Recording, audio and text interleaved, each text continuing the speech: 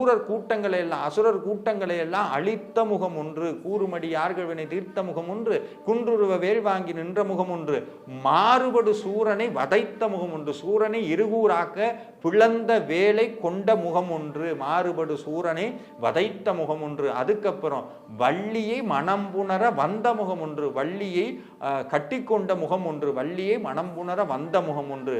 இதெல்லாம் எனக்கு தெரிஞ்ச அர்த்தம்பா. அருணகிரிநாதர் சொல்றா, இதெல்லாம் தான் எனக்கு தெரியுது. ஆனா உன் திருமுகத்தினுடைய ரகசியம் அவ்வளவெல்லாம் தெரிஞ்சுக்கிற அளவுக்கு எனக்கு ஆற்றல் பத்தாது, அருளும் பத்தாது. அதை நீயே எனக்கு சொல்லணும்னு சொல்றார்.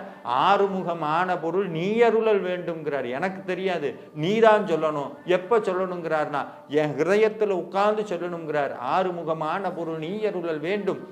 ஆதி அருணாச்சலம் அமர்ந்த பெருமாளே, அந்த அருணாச்சலம் சொல்லக்கூடிய திருவண்ணாமலையில் இருக்கிற முருகனே, உன்னுடைய ஆறு முகத்தினுடைய பொருளை எனக்கு சொல்லுன்னு சொல்றார்.